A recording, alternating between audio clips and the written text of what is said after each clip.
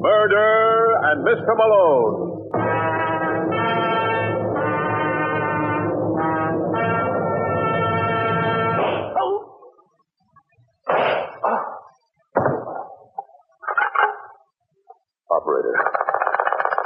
Operator, get me the office of John J. Malone.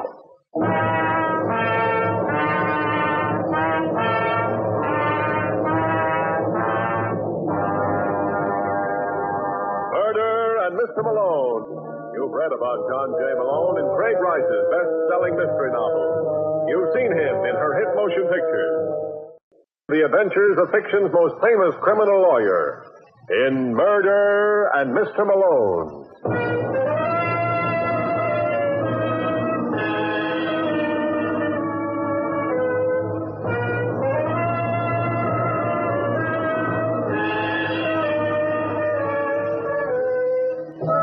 Malone is the name. John J. Malone, attorney and counselor at law. They say one of the qualifications of a good lawyer is a sense of humor. I wouldn't know about that. For example, I never could appreciate the humor of a certain Mr. Charles Morgan. Morgan was a big-time gambler in Chicago whose practical jokes I found a little too strong for my taste. And on this Saturday afternoon, Morgan and a beautiful blonde model named Linda Stevens were planning one of his bets in a car parked in front of the Club 86 on Chicago's South Side. Now, you understand what you're supposed to do, Linda? I'm not too sure, Mr. Morgan. No, what's the matter with you anyway? Your agent told me you were a hep dame. Look, Mr. Morgan, I don't need a job that bad. Oh, I'm sorry, Linda. I didn't mean that. You see, I want to play a joke on this guy. I want to make sure it goes off the schedule. Well, the more I hear this joke, the less I like it. I tell you, there's nothing to worry about. This fellow's a good friend of mine. And why do something as silly as that? Just to settle a bet. He thinks he's a great little man with the ladies, and I bet him $50 he was wrong. But, Mr. Morgan, you promised me $100 for this job. How can you possibly win? You don't understand. It's not the money, it's the principle of the thing. Just want to make a sucker out of David. David? Yeah, his name's Paul Davis. He's a thin little guy with red hair and pop eyes. You won't have any trouble spotting him. He owns the joint. He'll be in the corner booth. But suppose your friend doesn't show any interest in me. You haven't taken a good look at yourself in the mirror lately, have you, baby? I'm not at all worried. When Davis sees you, he'll start baying at the moon. But at the beginning, you want me to act inside. Right. That's so he shouldn't become suspicious. Then thaw out and let him buy you a couple of drinks. And after that? Well, he'd probably want to take you out for the evening. You tell him first you have to make a stop at your apartment. I don't think I like that, Mr. Morgan. What's there to not like? Perfectly on the up and up. When you get to your place, I'll be waiting for you. And that's where you're going to tell Mr. Davis it's just a joke? Yeah. I can hardly wait to see him when he learns it's a gag. Why, I'll bet he'll practically die laughing.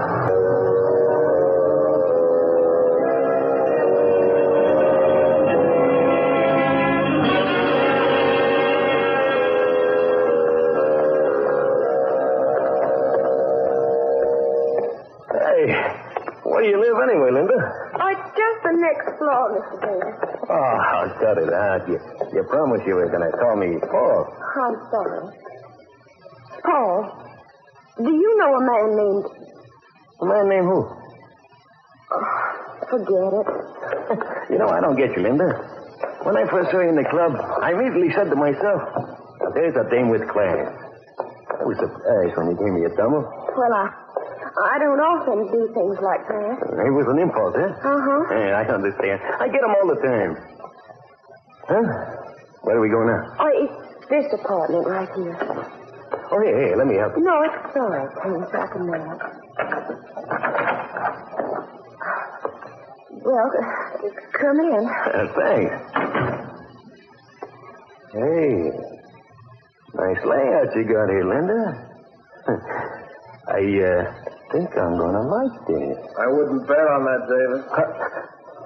Morgan. Oh, then you do know each other. You dirty little double-crosser. Oh, no. He told me it was a joke. Well, the joke's over now, honey, so you can beat it. Now, see here, Mr. Morgan. I said beat it. If you're a smart girl, you keep your trap closed. Now, go on. Listen, Morgan. Shut up. I don't want any conversation with you, David. Just want my dough. What dough? Don't welsh. You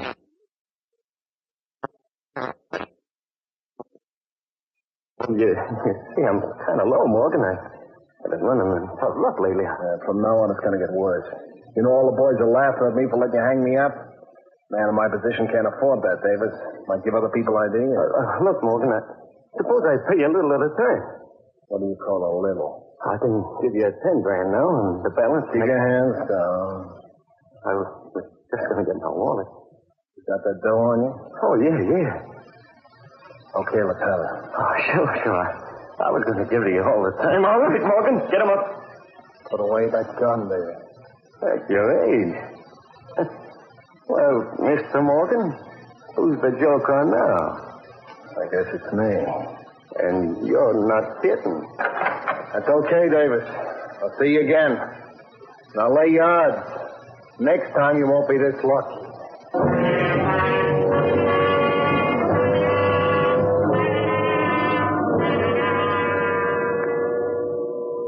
I'll take this, Mr. Lyons, because you'll enjoy it.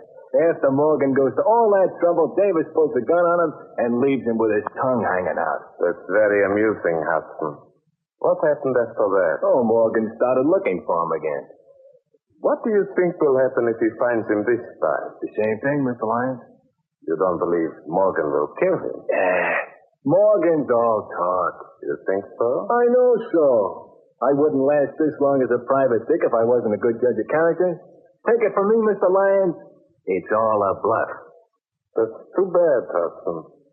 It would be worth a lot of money to me if it weren't. Oh? How much is a lot of money? What's the difference? You're not interested. Try me. $2,500. You're right. At that price, I'm not interested. It isn't worth more. Everybody knows that Morgan has threatened Davis. You're on absolutely no risk. What have you got against Davis anyway? That is none of your business. Either you want the job or you don't. Well, as long as you put it on that basis, Mr. Lyons, let me think it over.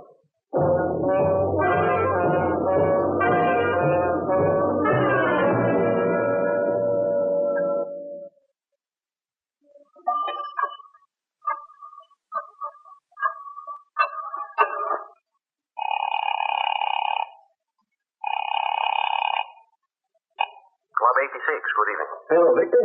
This is Mr. Davis. Oh, yes, Mr. Davis. I'm in a phone booth at the corner of State and 46th.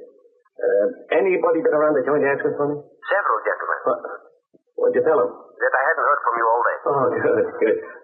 Is Norma there? Who? My wife. No, Mrs. Davis has not been in all evening. Well, when she gets there, tell her that... Hey, cut that out. What's the trouble, Mr. Davis? Some case is in a hurry to use the phone. Hold it a second, Victor, so I take care of this pest. Yes. Listen, you, how would you like a good punch in the nose, there? Out!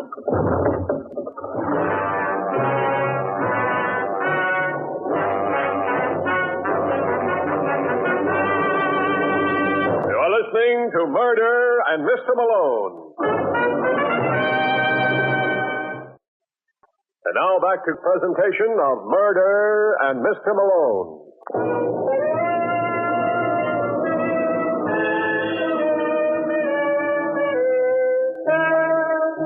Well, as you probably guessed, Paul Davis never did complete that phone call.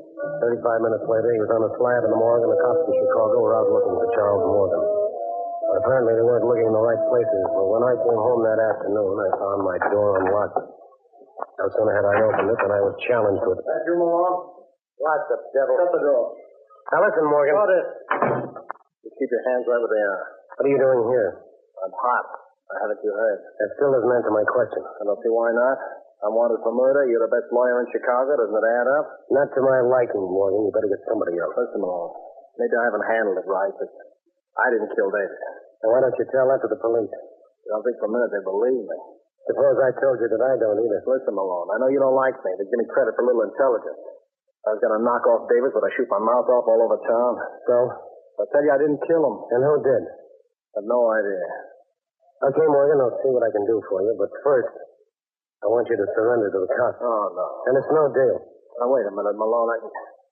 I'll make you a proposition. I'm not interested. Oh, for Pete's sake, give me a chance, will you? Thought a man is presumed innocent till he's found guilty. You lawyers just say that because it sounds good. Well, we have... I'm convinced with any luck you can clean this up in a couple of hours. If you haven't by then, I'll give myself up. What do you do in the meantime? Stay right here. Now, what's to prevent me from walking out and calling the police? Nothing. Oh, you, just trust me, huh? That's right. Well, this is against my better judgment, Morgan. But you got yourself a lawyer.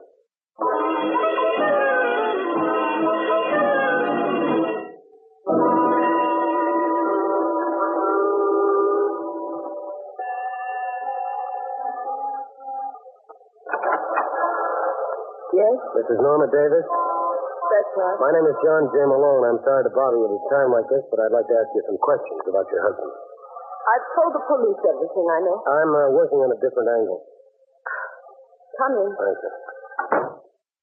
Now, what is it you want to know? Have you any ideas who might have killed your husband? Yes. Charles Morgan. I mean, besides Morgan. No, Paul didn't have an enemy in the world. But You know, that's not true, Mrs. Davis. Your husband wasn't exactly the most popular citizen in Chicago. how dare you say that to Well, me? I only won't met- have you talk that way about him. I'm tired of these insinuations. What do you know of the kind of man Paul was? I'm sorry. Oh, you're sorry. Go on, get out. Mrs. Davis, I don't want to I hear have- any more about it. Leave me alone. Permit me to congratulate you, Norma. It was a marvelous performance. Thank you, Raymond. Do you think I convinced Mr. Malone that I was a heartbroken widow? How could you help it when you practically convinced me? Come here, darling. Let me console you.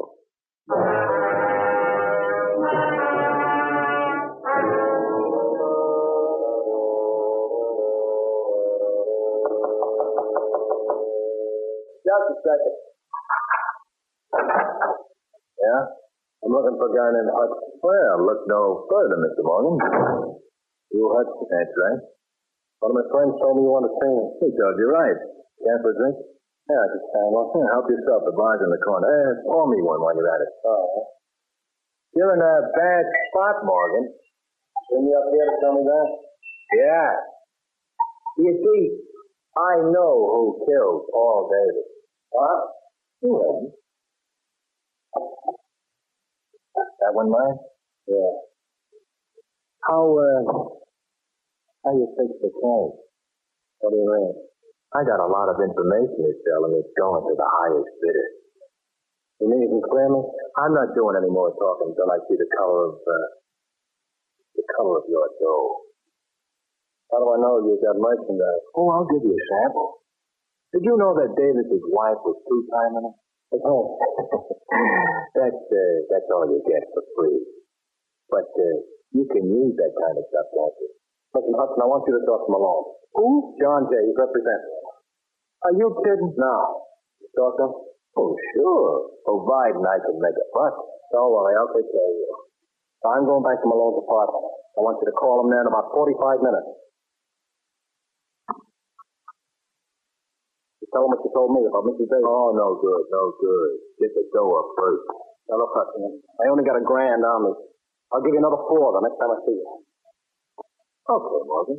You got yourself a deal.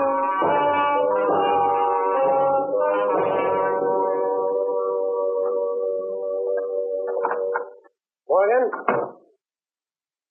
Morgan! Oh, great. Yes, sir? Vincent, this is Mr. Malone. There was a man waiting in my apartment. By any chance, never mind. Come in. Hello, Malone. I was just asking for you, Morgan. Where the devil have you been? Oh, That tells me a lot.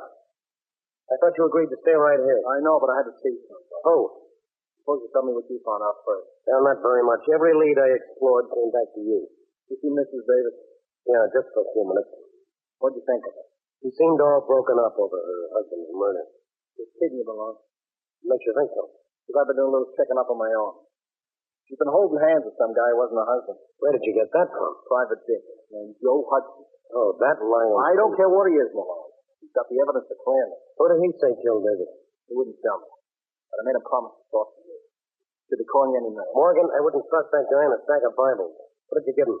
Yeah, a guy like Hudson doesn't talk for free. What did you promise him? $5,000. Well, you better save your money. I said you can clear me, Malone. Yeah, it's probably him now. Hello. That you, Malone? Yeah, that's right, Hudson. I take it that you talked to Morgan. Yeah. Well, what do you think? What I think is unimportant. Morgan tells me you can clear him. Sure, for a price. Oh, well, I'm not interested. You gotta talk to him, I don't like it, Morgan. Neither do I, but if this guy can think... Well, make up your minds, boys. Okay, Hudson. We'll be over in an hour.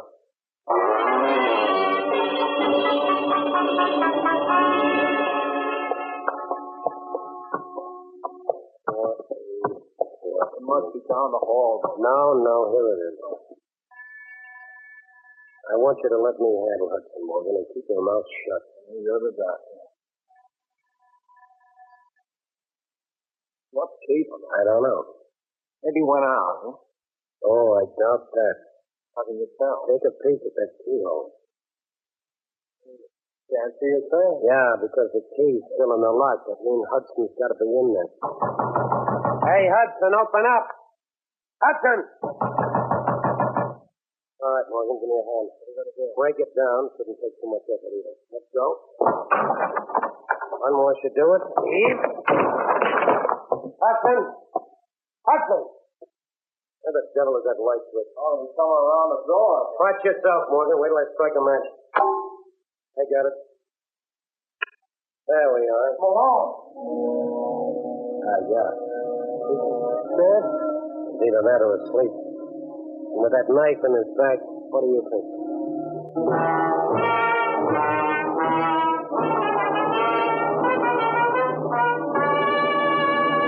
You are listening to Murder and Mr. Malone. And now back to presentation of Murder and Mr. Malone. 20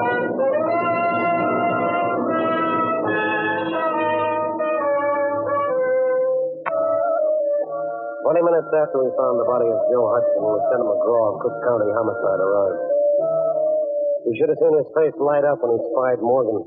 He acted like a man who was prospecting for silver and found gold. It's a nice piece of work, Malone. A very nice piece of work. All right, Morgan, let's go. Hold it, Lieutenant. He's not the reason I called you. No, I know, but I'm not complaining. Told you not to call him Malone. I'm beginning to think you're right, Morgan. For the same nickel, I could have phoned somebody with brains. Now, what kind of a crack's that? Well, in case you haven't noticed, Lieutenant, there's a body lying on that sofa. Yeah, it'll keep. But as long as you raise the point, why did you kill him, Morgan? Are you crazy? I just got here with Malone. Don't hand me that. It's the truth, McGraw. So you're going to be his alibi? Yes, and you better listen unless you want to look like a jerk and go to trial. Oh, yeah. How long would you say Hudson was dead? Not too long. The body's still warm.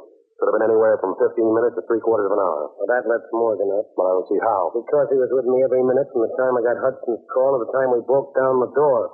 The whole business took at least an hour. Your word's not good enough, Malone. Okay, if you don't believe me, you can check with the switchboard at my place and the doorman downstairs. Yeah, I'll do If just that's that. not enough, I'll dig up the hacker who drove us over. Now, that still doesn't mean Morgan couldn't have killed Davis. Oh, use your head, Lieutenant. You know both these murders were committed by the same party.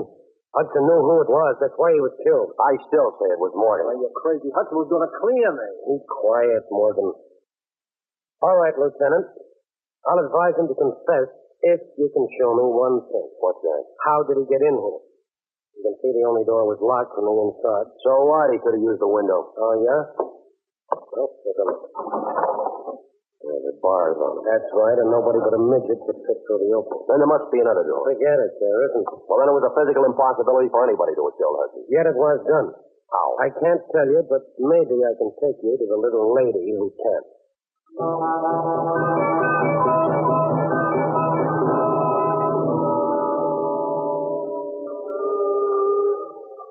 All right, now listen, Malone. If the DA ever finds out I let Morgan go, he'll have my... Wait a minute. Isn't this the house where Paul Davis lived? That's right, Lieutenant. Well, you can't bother his wife now. Why not? Because her husband was just murdered. Oh. Well, she may surprise you with what she knows about it. Morgan told me she was being romanced by some character. Who's it? I don't know. Apparently neither did Davis. Yes, me, McGraw. I have a... Yes? Hello, Mrs. Davis. Remember me? Not too pleasantly. Oh, maybe come in. I'm sorry, Mr. Malone. I'm busy. This gentleman would like to ask you a couple of questions. This gentleman means nothing in my own life. You never can tell. He's a lieutenant in the Cook County Police. Oh. Well, it's just that the house is in such a mess. Well, we promised not to stare.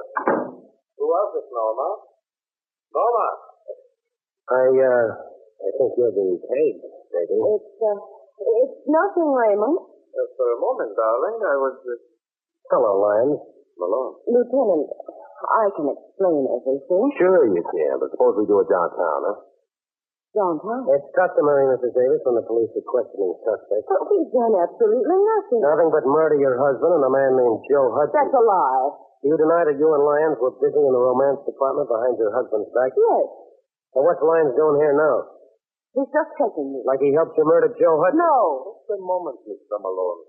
I thought this gentleman was the officer of the law. Yeah, you're right, Lyons. But if you think my questions are going to be any less embarrassing, you're in for a bad shot. Joe Hudson was murdered at 10:45 tonight. Now, where were you at that time?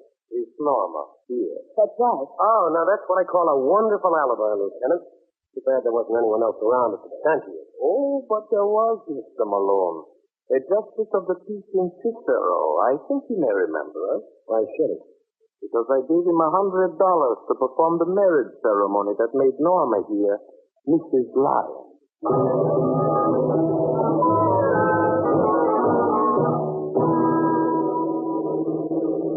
It doesn't make sense, McGraw. Hey, will you watch where you're driving? I tell you, there's something screwy about that marriage. You saw the license. Doesn't it strike you as strange that within 12 hours after her husband is murdered, Mrs. Davis marries another man? Of course it does, but there's no law against it. As an attorney, you ought to know that better than anybody else. Yeah, but an alibi like that must have a hole in it. Yeah, well, you show me where. And after you do that, show me how either Mrs. Davis or Lyons could have murdered Hudson. If it was a physical impossibility for Morgan to kill him, it applies to them, too. Hold everything. Oh, what a chump I've been. Yeah, well, they say confession's good for the soul. I tell you, I got the answer to all of it, Lieutenant. On the level, Malone? Yeah, I know who killed Hudson. And with the help of Morgan, I'm going to prove it.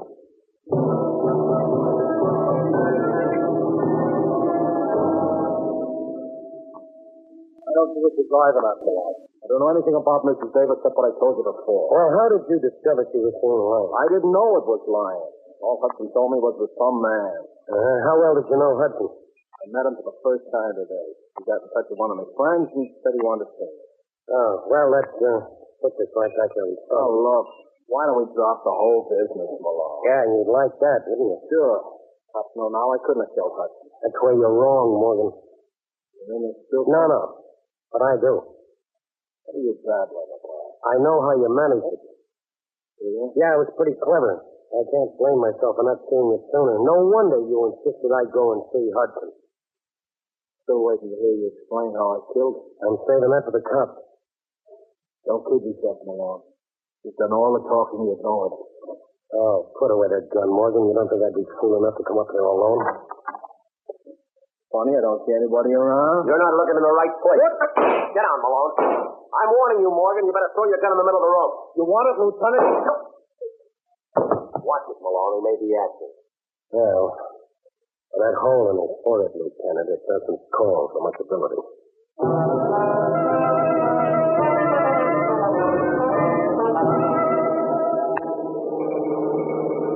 You can drop me off at the corner, Lieutenant. Well, it's been grand. Hold it just a minute, Malone. I keep forgetting something. I got a report to make. Well, who's happening? You are. Well, you know that Morgan killed David. Oh, sure. I was the first one to say something. You should have stuck to your guns. Well, when you talked all that razzle-dazzle about Hudson's murder, you kind of threw me. Don't feel too badly, Lieutenant. I was right with you. Of course, I'm reconstructing now, but this is what must have happened. Lyons tried to hire Hudson to bump Davis. Hudson said he'd think it over. When Davis was killed, Hudson knew immediately that if he didn't do it, Morgan must have. Well, I don't see how that follows. It could have been Lyons. Oh, no. If Lyons were willing to do the job, why did he approach Hudson in the first place? Oh, no. It had to be Morgan. When Hudson realized that, he tried to take down Morgan. He even told Morgan if the price were right, he might be induced to frame Davis's wife. So Morgan played along with him. Asked him to get in touch with me. Mm-hmm. Now we're coming to the part I want to hear. Well, when Morgan went to meet Hudson, he knew it would be the first of many such meetings unless he took steps. So he went to Michigan to Hudson Smith. Yeah, well, why didn't he kill him then and there and be done with it, huh? Well, because he needed an alibi. And I was it. No, well, I don't get it. It's pretty simple. He needed someone with him while he murdered Hudson. What? Yeah. Remember you said it was a physical impossibility for anyone to get into that room and kill Hudson before Morgan and I broke down the door? Yeah, I remember. Well, you hit the nail right on the head. It was a physical impossibility. So that means Hudson was killed while I was in the room. All right. Now, let me get this straight, Malone. You mean while you were hunting for that light switch? Morgan was hunting for a place to plant his knife. Wasn't he taking quite a chance there? How? Hudson was drugged. He couldn't make an outcry. A knife doesn't make any noise at all. Yeah. Well, that'll learn you. Now, the next time I say something, you'll listen. I told you Morgan was a killer all along, didn't I? Yeah, well, you'll have to forgive me, Lieutenant. I've been hearing so many radio shows, I forgot it wasn't unconstitutional for a cop to be right. Let's hope this establishes some sort of a precedent.